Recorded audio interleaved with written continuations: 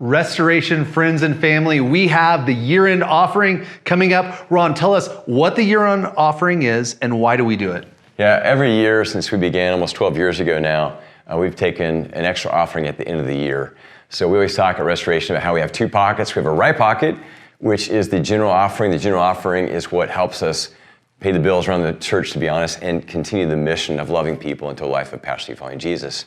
But every year we have like special opportunities or obstacles we're trying to get around that will further our ministry, and the year-end offering helps us get those opportunities and obstacles in such a place that we can maximize the next year. So as we were praying about the year-end offering, we don't take it lightly of what we're going to give it to, because we want to steward your money, the church's money, to maximize kingdom impact. And as we were praying about it, God kind of laid on our hearts really three categories. We have missions, we have compassion, and we have RST family. So walk us through, Ron, what are we doing as far as missions? Locally, our movement is growing really rapidly. We've been told by some people that our movement's the fastest growing movement in the U.S. We don't take that lightly. God's doing something really, really special. And so we want to give to some missionaries on our team that will help us further the movement and equip more everyday missionaries like you guys to do the work of the ministry, make disciples for generations to come.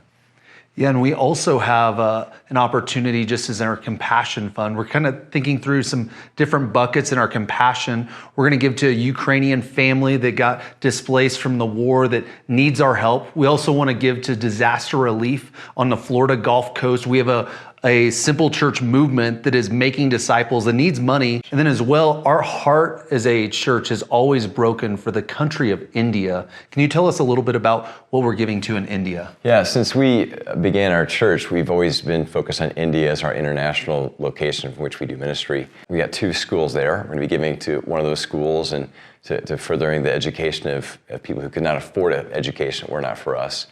And then also, we've got some women who've recently been rescued from human trafficking, and we're going to help them buy some sewing machines and develop some vocations so they can stay off the streets. And it's so cool to see that God's really strategically placed us, even with these pastors doing simple church, to help resource and train them.